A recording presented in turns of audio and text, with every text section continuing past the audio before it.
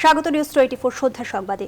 সঙ্গে আছি আমরা দুজন, আমি ফারনাজ জুই এবং আমি তাসনিমে জান্নাত। অর্থেই দেখছিলেন সংবাদ শিরোনাম। শুরুতেই করোনা পরিস্থিতি। এক সপ্তাহের ব্যবধানে দেশে করোনায় মৃত্যু বেড়েছে 30% বেশি। প্রায় প্রতিদিনই ছাড়িয়ে যাচ্ছে মৃত্যুর রেকর্ড। কবরস্থানেও বাড়ছে লাশের মিছিল। রোগতত্ত্ব বিশেষজ্ঞরা বলছেন, দক্ষিণ আফ্রিকান ভ্যারিয়েন্টের কারণে সংক্রমণের পাশাপাশি বাড়ছে মৃত্যুও। সংক্রমণ কমিয়ে আনাই যার একমাত্র সমাধান। শেখ জালালের ক্যামেরায় রিশাদ হাসান জানাচ্ছেন বিস্তারিত। রায়েরবাজার কবরস্থানের ৮ নম্বর ব্লক করোনায় আক্রান্ত হয়ে মৃত্যুবরণকারীদের শেষ ঠিকানা। কিছুক্ষণ পরপরই তীব্র সাইরেনের শব্দে এখানে প্রবেশ করে লাশবাহী গাড়ি। নিয়ম মেনে শেষ হয় জানাজা, দাফন। শেষ বিদায়েও দূরে দাঁড়িয়ে স্বজনরা অশ্রু ঝরান। পরিবারের সদস্যরা জানান, সপরিবারে করোনায় আক্রান্ত হওয়ার পর সবচেয়ে বয়োজ্যেষ্ঠ মানুষটি চলে গেলেন। আব্বুর লাংটা সার্ভাইভ করতে পারেনি, করোনার ইনফেকশনটা, শরীরে এনাফ অক্সিজেন প্রডিউস হচ্ছিল না, তো আলটিমেটলি উনি আর কি মারা যান। শুরুর দিকে এখানে কম পরিমাণ কবর খুঁড়তে হতো গোরখোদকদের। সম্প্রতি মৃতদের লম্বা মিছিলের কারণে একসাথে কবর খুঁড়ে রাখা হয়েছে অন্তত 100 খানেক। শুধু তাই নয়, স্বাস্থ্য অধিদপ্তরের তথ্য বলছে একই কথা। দেশে এপিডেমিওলজিক্যাল 13তম সপ্তাহে মোট মৃত্যু হয়েছে 344 জনের। 14তম সপ্তাহ শেষে মৃত্যু হয়েছে আরও 448 জনের। অর্থাৎ সপ্তাহ ব্যবধানে মৃত্যু বেড়েছে 30.23%। রোগতত্ত্ব বিশেষজ্ঞদের মতে, দেশে দক্ষিণ আফ্রিকান ভ্যারিয়েন্টের কারণে বেড়েছে সংক্রমণ ও মৃত্যুর হার। সাউথ আফ্রিকা ভ্যারিয়েন্টটা অনেক বেশি ইনফেক্টেবল, এর সংক্রমণ খুব দ্রুত ছড়ায় এবং যার কারণে খুব তাড়াতাড়ি লাংসে এটা সংক্রমণ তৈরি করে, তার জন্য রোগী কিন্তু খারাপ হয়ে যায়। আরেকটি বিষয় আছে, যেটা হচ্ছে আমাদের সঠিক সময়ে হাসপাতালে পৌঁছানো, এটা একটি জরুরি ব্যাপার। অর্থাৎ যে রোগীগুলো আইসিইউতে মারা যাচ্ছে, অনেক রোগী আছে তারা হাসপাতালে আসছে অনেক দেরিতে। তিনি আরো বলেন, সংক্রমণ কমিয়ে আনতে না পারলে আক্রান্ত আর মৃত্যু বাড়তেই থাকবে। নিজে সংক্রমিত হয়ে অন্যের মৃত্যু ঝুঁকি বাড়ানো অথবা মৃত্যুর ঠিক আগ মুহূর্তে অন্য কাউকে সংক্রমিত করে যাওয়া, এমন বাস্তবতা হয়তো এর আগে কেউ কখনো দেখেনি কোনোদিন। কিন্তু তারপরেও বিশেষজ্ঞরা বলছেন, যদি স্বাস্থ্যবিধি কেউ না মানে তবে ভবিষ্যৎ হবে এমনই। রিশাদ হাসান, নিউজ 24, ঢাকা। দেশে করোনায় মৃত্যুর রেকর্ড ভেঙেই চলেছে। গত 24 ঘন্টায় সর্বোচ্চ 77 জন মারা গেছে করোনায়। এমন অবস্থায় রোগীদের চাপ সামাল দিতে হিমশিম খাচ্ছে কর্তৃপক্ষ। এর মধ্যেই চলছে দ্বিতীয় ডোজ টিকা কার্যক্রম। বিশেষজ্ঞরা বলছেন, 8-2 সপ্তাহ এভাবে চলতে থাকলে বিপর্যয় নেমে আসবে স্বাস্থ্য ব্যবস্থায়। লাবণ রহমানের রিপোর্টে বিস্তারিত।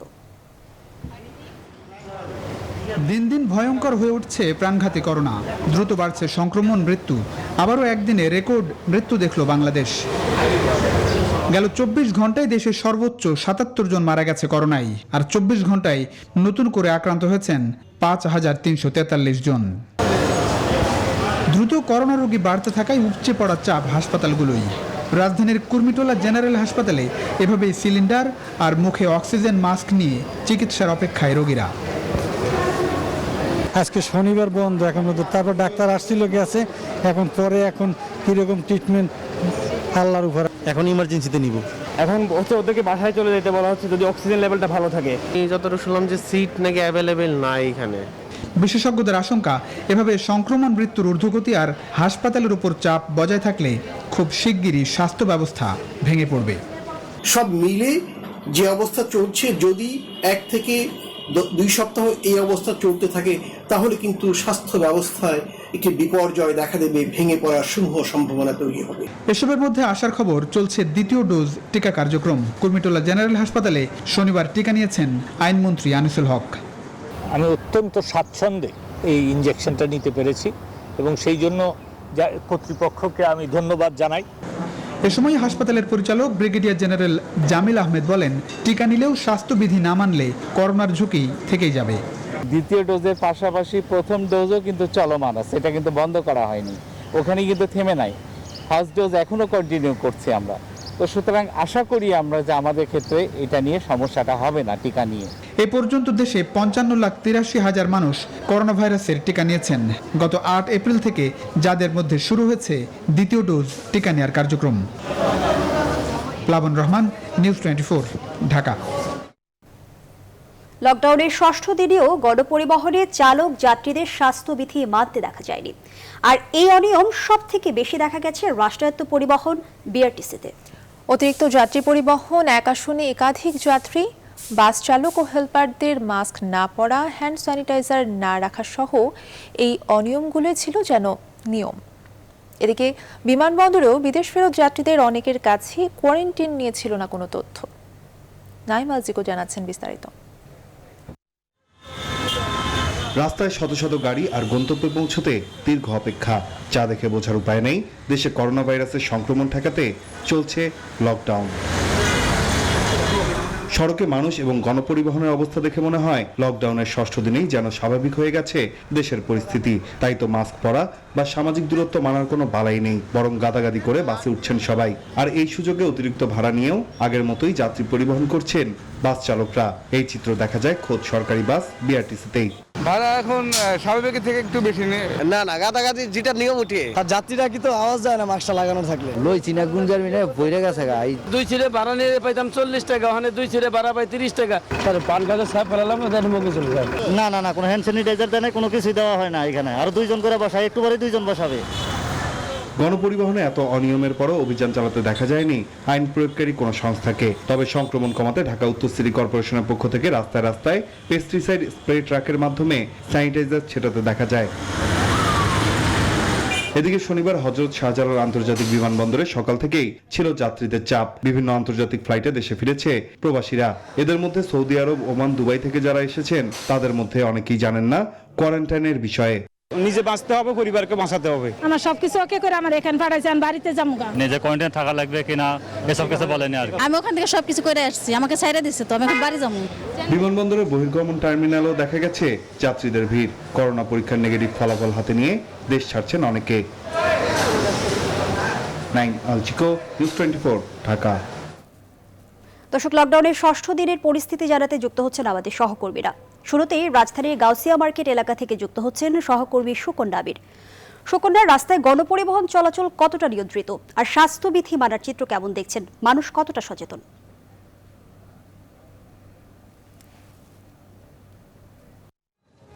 জি, ধন্যবাদ আপনাকে। আপনি যেমনটি বলছিলেন যে গাউসিয়ায় রয়েছে এই মুহূর্তে, যদি গণপরিবহনের কথা জিজ্ঞাসা করেন তাহলে গণপরিবহন বলবো এখন কিন্তু গণপরিবহন তেমন চলছে না। তবে যথারীতি যে লেগুনাগুলো রয়েছে, যেই রিক্সাগুলো রয়েছে এবং বিভিন্ন সিএনজি প্রাইভেট কার কিন্তু এখন চলছে। আর মার্কেটের পরিস্থিতি যদি আপনাকে একটু জানাতে চাই, বেশ বিকালের নাগাদ কিন্তু বিকাল 5টা নাগাদ কিন্তু এই গাউসিয়া নিউ মার্কেট এবং চন্দ্রিমা মার্কেট বন্ধ করে দেওয়ার কথা থাকলেও 5টার নাগাদও কিন্তু বন্ধ হয়নি। এবং 5টার পরে পুলিশের অভিযানের পরে কিন্তু অনেকেই তড়িঘড়ি করে দোকানপাটটা গোছাতে সক্ষম হয়েছেন। এবং এখন আপনি দেখতে পারবেন যে বিভিন্ন মার্কেটের বিভিন্ন দোকান থেকে কিন্তু লোকজন বের হচ্ছে, এবং লোকজন বের হওয়ার কারণে যেটা হচ্ছে যে জনসমাগমের কিন্তু একটা সৃষ্টি হচ্ছে, যার কারণে স্বাস্থ্যবিধি যেরকম বলা হচ্ছে যে জনসমাগম এড়িয়ে চলা, মাস্ক পরা এবং ভিড় এড়িয়ে চলতেই কিন্তু বলা হচ্ছে, সেটি কিন্তু এখন পর্যন্ত আমরা লক্ষ্য করিনি। বেশ এখনও ভালো মানুষই কিন্তু মার্কেট থেকে বেরোচ্ছে, যারা কেনাকাটা করতে এখনও দেরি হয়েছে তারাও কিন্তু বেরিয়ে আসছেন, আমরা যেটি দেখেছি। তবে এখানে যারা দোকান মালিক সমিতিরা রয়েছেন তারা কিন্তু বলছেন যে যারা বাইরে হকার্সরা রয়েছেন তাদের কিন্তু এই বিকিকিনি চলমান থাকার কারণেই কিন্তু এই জনসমাগম এবং ভিড় তৈরি হচ্ছে। তো তারা আইন শৃঙ্খলা বাহিনীকে অনুরোধ করেছেন যে 5টার মধ্যেই আসলে দোকানটি বন্ধ করার, তারাও কিন্তু অনুরোধ জানিয়েছেন। গাউসিয়া সুপার মার্কেট থেকে এই ছিল আমার কাছে সর্বশেষ। জয়ী, ফিরছি স্টুডিওতে। সুকন্যা, আপনাকে ধন্যবাদ জানাচ্ছি। দর্শক, এবারে চট্টগ্রামের পরিস্থিতি জেনে নিতে চাই। সেখানে আছেন সহকর্মী ফাতেমা জান্নাত মোমো। মোমো, আশঙ্কাজনক হারে বাড়ছে করোনার সংক্রমণ। চট্টগ্রামে মানুষ কতটা সচেতন, স্বাস্থ্যবিধি কতটা মানছেন?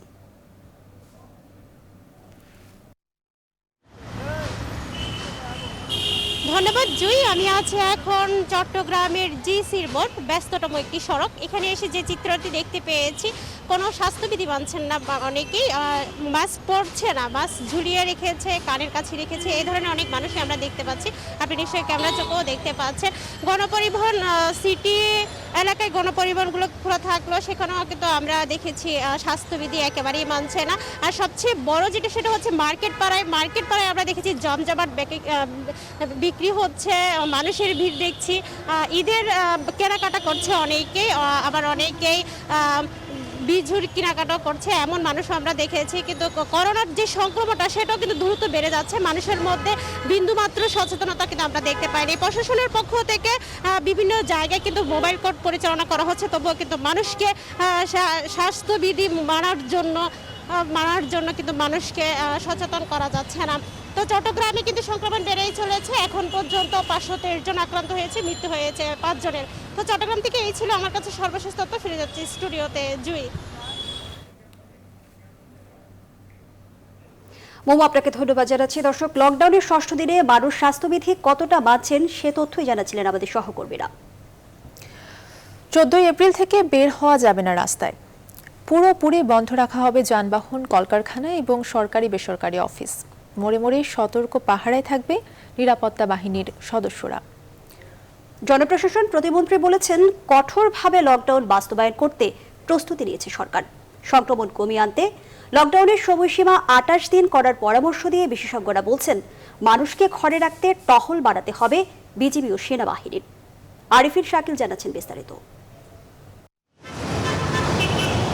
প্রথম দফার লকডাউনের 5ম দিনে রাজধানী সড়ক থেকে বিপণী বিতান সর্বত্র চলছে সাধারণ মানুষের স্বাভাবিক জীবনযাত্রা।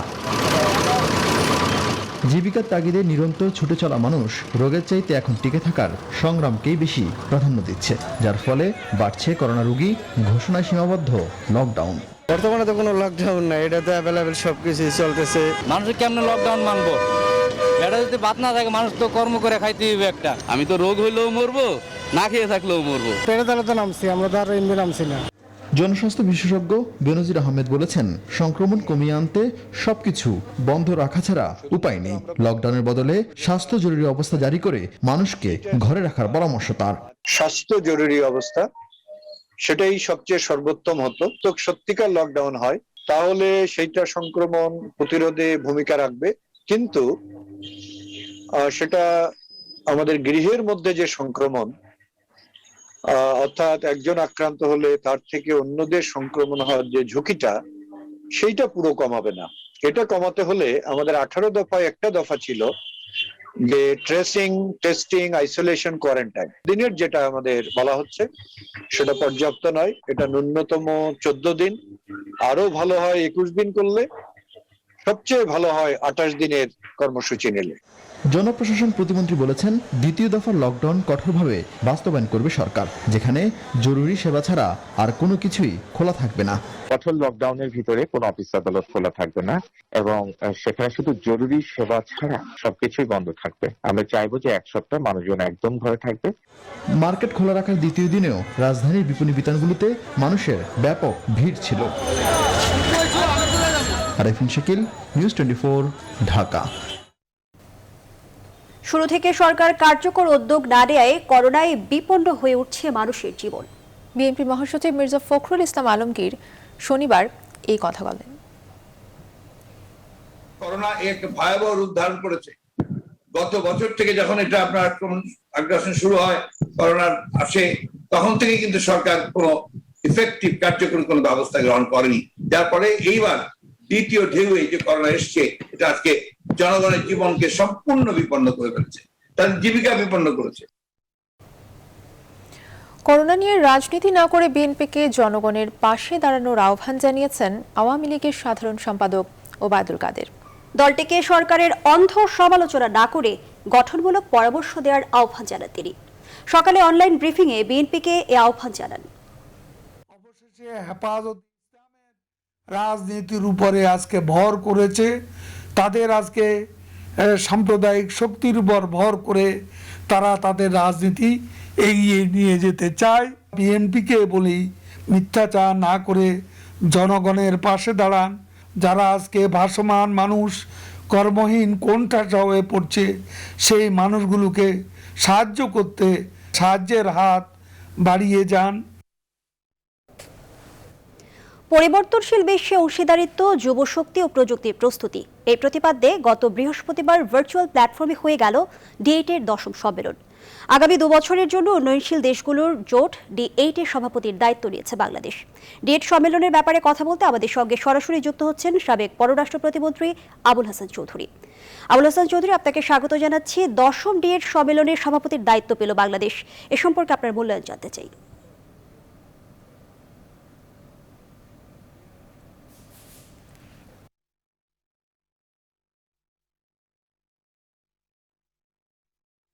একেবারে গুরুত্বপূর্ণ ভূমিকা রাখছে এবং সেই সময় থেকে সম্পৃক্ত। বিশেষ করে মাননীয় প্রধানমন্ত্রী শেখ হাসিনা D8 সৃষ্টি হবার আগে যে আলোচনা, সেখানেও তিনি ইস্তানবুলে উপস্থিত ছিলেন। D8টা কি? এটা হচ্ছে ওআইসির অন্তর্ভুক্ত 8টা সবচেয়ে সংখ্যাগরিষ্ঠ দিন নিয়ে D8 আপনার 100-কে এসেছে। এটা ওআইসি কে আরো সচল এবং শক্তিশালী করার জন্য D8 আমাদের প্রতিষ্ঠিত হয়েছে। আমরা আনন্দিত হয়েছি যে বাংলার নেত্রী মাননীয় প্রধানমন্ত্রী শেখ হাসিনা আমাদের যে এখন সবচেয়ে বিরাট সমস্যা, বিরাট মাথা ব্যথা রোহিঙ্গা সমস্যাটাকে তুলে ধরেছেন।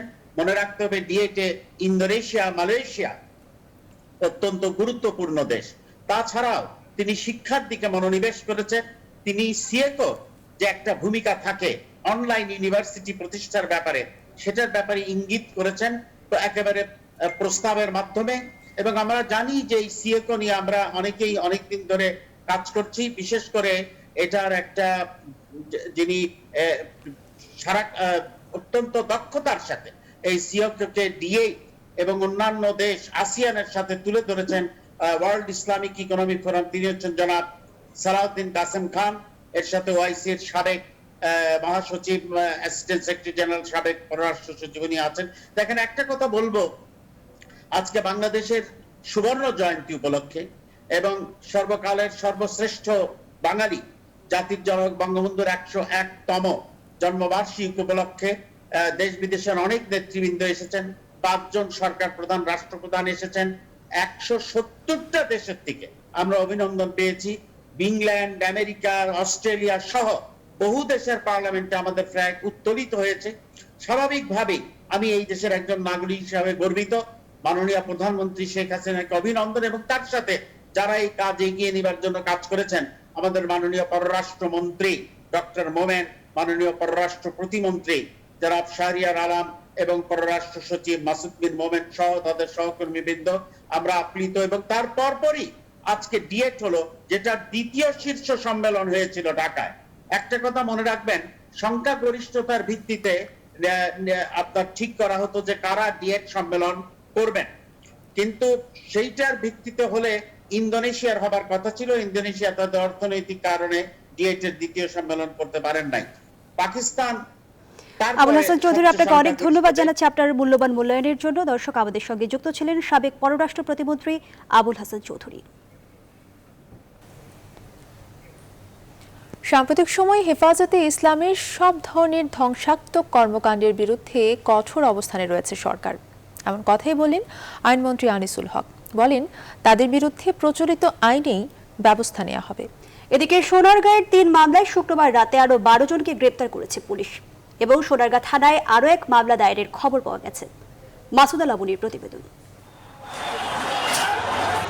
গত 26 মার্চ রাজধানীর বাইতুল মোকাররম মসজিদে সংঘর্ষ ও সহিংসতার ঘটনায় হেফাজতে ইসলাম বাংলাদেশের যুগ্ম মহাসচিব মামুনুল হককে 1 নম্বর আসামি ও 17 জনের নাম উল্লেখ করে মামলা করা হয় পল্টন থানায়। ঢাকা মহানগর দক্ষিণ যুবলীগের দফতর সম্পাদক খন্দকার আরিফুজ্জামানের দায়ের করা মামলায় আরও আসামি করা হয় 2 থেকে 3 হাজার অজ্ঞাতনামা ব্যক্তিকে।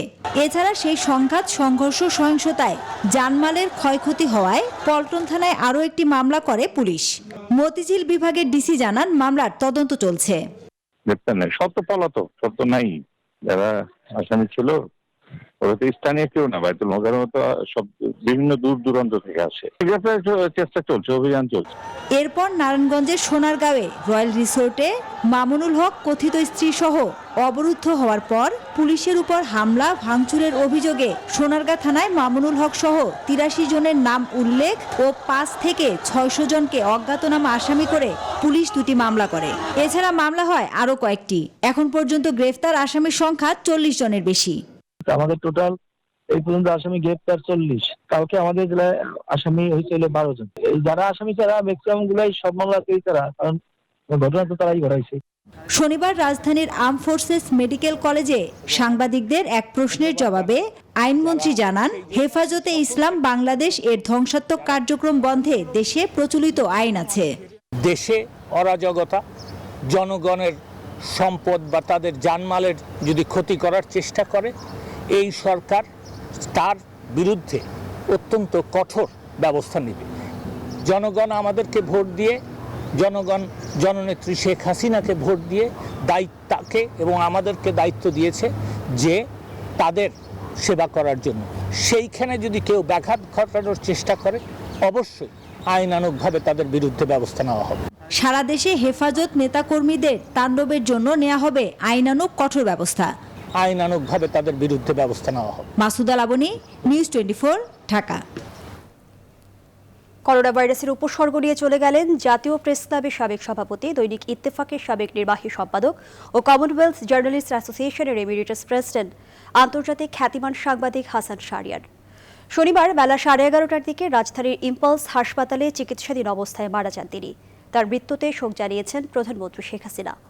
পারিবারিক সূত্রে জানা গেছে, হাসান শাহরিয়ার দীর্ঘদিন ধরে ক্যান্সার, ফুসফুসের সংক্রমণ সহ নানা জটিলতায় ভুগছিলেন।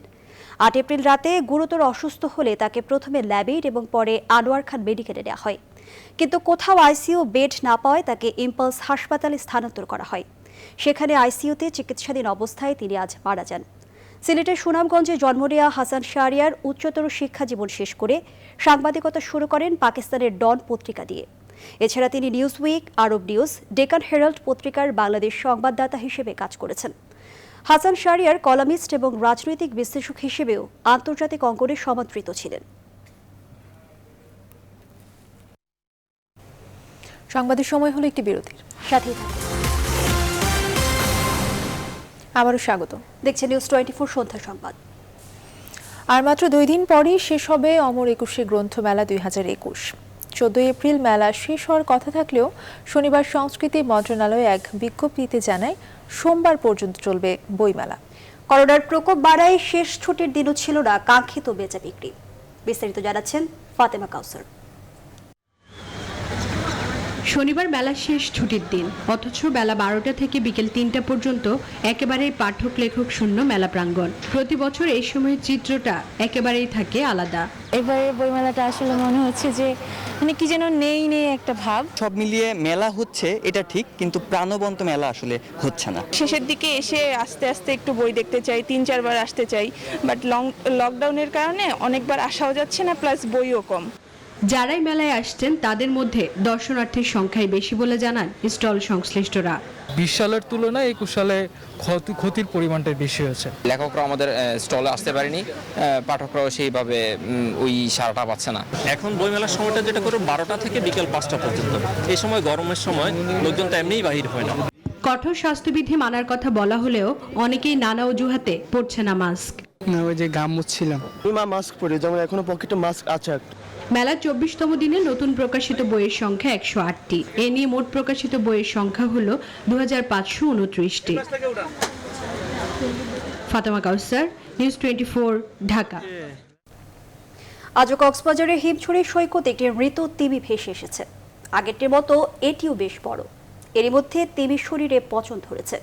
স্থানীয় মানুষ তিমিটি দেখতে ভিড় করছেন। তিমির মৃত্যুর কারণ এখনও জানাতে পারেনি বন বিভাগ, তবে পরিবেশবিদরা বলছেন এর তদন্ত হওয়া প্রয়োজন। আয়ুবুল ইসলামের তথ্য ছবিতে দেখুন ডেস্ক রিপোর্ট। শনিবার সকালে হিমছড়ি সৈকতের কাছে মৃত এই তিমিটিকে ভেসে আসতে দেখেন জেলেরা। জোয়ারের পানিতে তীরে ভিড়ে বিশাল দেহটি পরে ভাটার টানে আটকে পড়ে বালিয়াড়িতে। এ নিয়ে 2 দিনে পরপর 2টি তিমির দেহ ভেসে আসার ঘটনা ঘটল কক্সবাজারে। এমন ঘটনা এর আগে খুব একটা চোখে পড়েনি। স্থানীয় মানুষও এ ব্যাপারে বেশ কৌতূহলী। পরিবেশবাদীরা বলছেন, কম সময়ের ব্যবধানে 2 তিমির মৃতদেহ ভেসে আসার ঘটনা এটাই প্রথম। হতে পারে সমুদ্রের তলদেশে কোনো বড় ধরনের প্রাকৃতিক দুর্যোগের কারণে, এমন হতে পারে কোনো বড় জাহাজ থেকে বিস্ফোরণ দ্রব্য কারণে এই তিমিগুলো মরে যেতে পারে। সমুদ্র বিজ্ঞানীরা বলছেন তিমির এই মৃত্যুর নানা কারণ থাকতে পারে, এজন্য গবেষণা প্রয়োজন। প্রাথমিকভাবে আমরা ধারণা করছি এটা ব্রাইট সোয়েল হবে। তো মারা যাওয়ার বিভিন্ন কারণ হতে পারে, এটা সমুদ্র দূষণের কারণে হতে পারে, তারপর এটা শব্দ দূষণ থেকেও এটা মারা যেতে পারে। বন বিভাগ এ ব্যাপারে বিশদ তথ্য সংগ্রহ করতে চায়। তিমি দুটির ময়নাতদন্ত হবে বলেও জানান কর্মকর্তারা। ইতিমধ্যে ওশানোগ্রাফিক সেন্টার তারা আগ্রহ প্রকাশ করেছেন তাদের মিউজিয়ামে একটা সংরক্ষণ করার জন্য। আমরা এটা ভবিষ্যতে ছাত্রছাত্রীদের পড়ালেখা বিভিন্ন গবেষণার কাজে কারণ যেহেতু আমাদের এই অঞ্চলে তিমির কোনো কঙ্কাল আমরা কালেকশনে নেই। সবশেষ ভেসে আসা তিমিটি 42 ফুট দৈর্ঘ্য ও 14 ফুট প্রস্থের। এর আগে 1996 ও 2006 সালে একই রকম দুটি মৃত তিমি ভেসে আসে কক্সবাজার সৈকতে। Desk report, news 24। গাইবান্ধায় আওয়ামী লীগ নেতার বাড়ি থেকে হাসান আলী নামে এক জুতা ব্যবসায়ীর ঝুলন্ত লাশ উদ্ধার করেছে পুলিশ। এ ঘটনায় আওয়ামী লীগ নেতাকে আটক করা হয়েছে। পুলিশ জানায়, শনিবার দুপুরে সদর উপজেলার বল্লমছড়ি ইউনিয়নের নারায়ণপুর গ্রামের বাসিন্দা ও গাইবান্ধা জেলা আওয়ামী লীগের উপ দপ্তর সম্পাদক মাসুদ রানার বাড়ি থেকে মরদেহটি উদ্ধার করা হয়। স্থানীয়রা জানায়, মাসুদ রানা আওয়ামী লীগ নেতা হলেও সে একজন পেশাদার দাদন ব্যবসায়ী। আর্থিক লেনদেনের জের ধরে হাসান আলীকে বল্লমছড়ি ইউনিয়নে নিজ বাড়িতে আটক করে রাখে মাসুদ রানা। পরে মাসুদ রানার বাড়ির একটি রুম থেকে হাসান আলীর মরদেহ উদ্ধার করে পুলিশ। ঘটনার সত্যতা স্বীকার করে গাইবান্ধা পুলিশ সুপার মোহাম্মদ তৌহিদুল ইসলাম জানান, এ ঘটনায় আওয়ামী লীগ নেতা মাসুদ রানাকে আটক করা হয়েছে এবং তদন্ত চলছে। নিহত হাসান আলী গাইবান্ধা শহরের গোরস্থান পাড়ার মৃত হযরত আলীর ছেলে।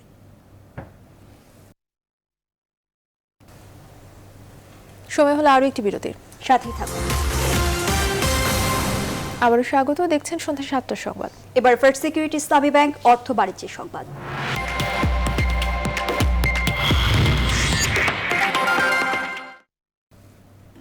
আগামী সপ্তাহে কঠোর লকডাউনের মধ্যেও ব্যাংক ও শেয়ার বাজার খোলা থাকবে কিনা তা নতুন প্রজ্ঞাপন হাতে আসার পরে চূড়ান্ত সিদ্ধান্ত নেবে বাংলাদেশ ব্যাংক। কেন্দ্রীয় ব্যাংকের মুখপাত্র জানিয়েছেন, আগামীকাল রোববার পর্যন্ত আগের প্রজ্ঞাপন অনুযায়ী চলবে লেনদেন কার্যক্রম। রোববার সরকার যে সিদ্ধান্ত নেবেন সে অনুযায়ী ব্যাংকিং লেনদেনের সময়সীমা নির্ধারণ করা হবে। তবে ব্যাংকাররা মনে করেন, মহামারীর মধ্যে ব্যাংক বন্ধ থাকলে আরও বেশি জটিলতায় পড়বে সাধারণ মানুষ। যদিও নিয়ন্ত্রক সংস্থা Bangladesh securities and exchange commission আগেই জানিয়েছে, মানি মার্কেট খোলা থাকলে বন্ধ হবে না পুঁজিবাজারের লেনদেন। শনিবার সংস্থাটির মুখপাত্র রেজাউল করিম গণমাধ্যমের কাছে এক বার্তা পাঠিয়ে বিষয়টি নিশ্চিত করেন। এর আগে এক সপ্তাহের লকডাউন ঘোষণায় ব্যাংকিং সেবার পরিধি কমিয়ে 2.5 ঘন্টা ও পুঁজিবাজারের লেনদেন 2 ঘন্টা করা হয়েছে।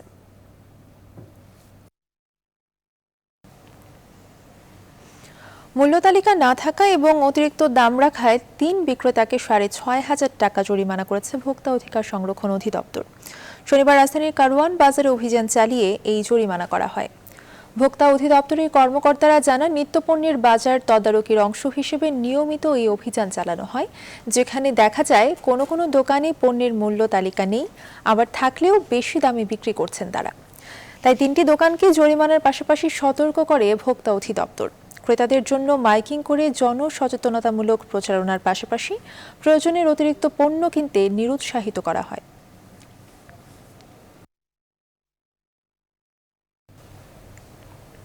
এবার আন্তর্জাতিক প্রসঙ্গ। পশ্চিমবঙ্গের বিধানসভা নির্বাচনের 4র্থ ধাপের ভোট গ্রহণ শেষ। এবারের ভোটকে কেন্দ্র করে ব্যাপক সহিংসতা হয়েছে। কোচবিহারে তৃণমূল বিজেপি সংঘর্ষের পর রাজ্য জুড়ে অন্তত 5 জনের মৃত্যুর খবর পাওয়া গেছে। আহত হয়েছেন আরও 4 জন। সহিংসতার জন্য একে অপরকে দায়ী করেছে তৃণমূল কংগ্রেস ও বিজেপি। ভোট শুরুর পর থেকে উত্তেজনা চলছিল কোচবিহারের শীতলকুচিতে। পরিস্থিতি নিয়ন্ত্রণে গুলি চালায় নিরাপত্তা বাহিনীও। বিস্তারিত জানাচ্ছেন চন্দ্রানী চন্দ্রা। হামলা, সংঘর্ষ আর ভাঙচুরে উত্তপ্ত পশ্চিমবঙ্গ। বিধানসভা নির্বাচনের 4র্থ ধাপে শনিবার দুপুরে কোচবিহারের শীতলকুচিতে বুথের সামনে পুলিশের গুলিতে কয়েকজনের মৃত্যু হয়েছে। নিহতরা তৃণমূল কর্মী বলে দাবি করেছে দলটি। একই জেলায় শালবাড়িতে বুথের সামনে ভোটার লাইনে দাঁড়িয়ে প্রতিপক্ষের হামলায় 18 বছরের এক যুবক মারা গেছে। চুচুড়ায় বিজেপি প্রার্থী লকেট চট্টোপাধ্যায়ের উপর হামলা হয়েছে। বিজেপির অভিযোগ, তার ব্যক্তিগত গাড়ি ভাঙচুর করেছে তৃণমূলের নেতা কর্মীরা। অন্যদিকে তৃণমূলের পাল্টা অভিযোগ, নির্বাচনী আচরণবিধি লঙ্ঘন করে প্রচার চালাচ্ছিলেন লকেট। মন্ডল মে এদিকে বিভিন্ন এলাকায় সহিংসতা ও গাড়ি ভাঙচুরের ঘটনা ঘটেছে। কোচবিহার এবং হাওড়ায় গোলমোহর রেলওয়ের মাঠে বিজেপি ও তৃণমূলের মধ্যে তুমুল সংঘর্ষের ঘটনা ঘটে। সংঘর্ষ ঠেকাতে লাঠিচার্জ করে পুলিশ। কসবার বুথে সিপিএম এজেন্টের চোখে মরিচের গুঁড়া ছিটিয়ে দেওয়ার অভিযোগ উঠেছে। নির্বাচনের সহিংসতায় হতাহতের ঘটনার জন্য মুখ্যমন্ত্রী মমতা বন্দ্যোপাধ্যায়কে দায়ী করেছেন ভারতের প্রধানমন্ত্রী নরেন্দ্র মোদী। উত্তরবঙ্গের শিলিগুড়ির জনসভায় তিনি অভিযোগ করেন, মমতার উস্কানিতে এসব সহিংসতা হয়েছে। অন্যদিকে বনগাঁওয়ে জনসভা থেকে দিল্লির পুলিশকে কাঠগড়ায় তুলে আক্রমণ করে মমতা বলেন, ভোট দিতে গিয়ে প্রার্থীর মৃত্যুর ঘটনায় অমিত শাহের পদত্যাগ করা উচিত। আগামী 17 মে পঞ্চম দফা ভোট হবে মোট 45টি বিধানসভা কেন্দ্রে। এখনই শুরু হয়ে গেছে সে ভোটের প্রচার প্রচারণা। দেখুন, আপনারা বলছেন খেলা হবে, খেলা। চন্দ্রানী চন্দ্রা, নিউজ 24। সংবাদের এই পর্যায়ে আরো একটা বিরতি দিচ্ছি, সঙ্গেই থাকুন। আবার স্বাগত, দেখছেন সন্ধ্যা 7টার সংবাদ। এবারে নিউজ 24 স্পোর্টস। শ্রীলঙ্কা সফরে যাওয়ার আগে করোনা ভ্যাকসিনের দ্বিতীয় ডোজের টিকা নিলেন জাতীয় দলের বেশ কয়েকজন ক্রিকেটার। শনিবার সকালে রাজধানীর কুর্মিটোলায় একে একে আসেন তামিম সৌম্যরা। সাথে ছিলেন তাইজুল, মিঠুন, তাসকিন, সাইফ, শরীফুল, মিরাজ, নাইম, মুগ্ধ, শান্ত ও রাহি। ক্রিকেটারদের সাথে এদিন দ্বিতীয় ডোজের টিকা নেন হেড কোচ রাসেল ডোমিঙ্গো। সাথে ছিলেন বাকি স্টাফরাও। নিউজিল্যান্ড সফরে যাওয়ার আগে গত 18 ও 20 ফেব্রুয়ারি রাজধানীর কুর্মিটোলা জেনারেল হাসপাতালে টিকার প্রথম ডোজ নিয়েছিলেন ক্রিকেটাররা। সামনে শ্রীলঙ্কার সফর থাকায় নির্ধারিত সময়ের এক সপ্তাহ আগে ক্রিকেটাররা টিকা নিচ্ছেন। দর্শক, এই ছিল সন্ধ্যার সংবাদ আয়োজনে। এতক্ষণ সঙ্গে থাকায় ধন্যবাদ সবাইকে।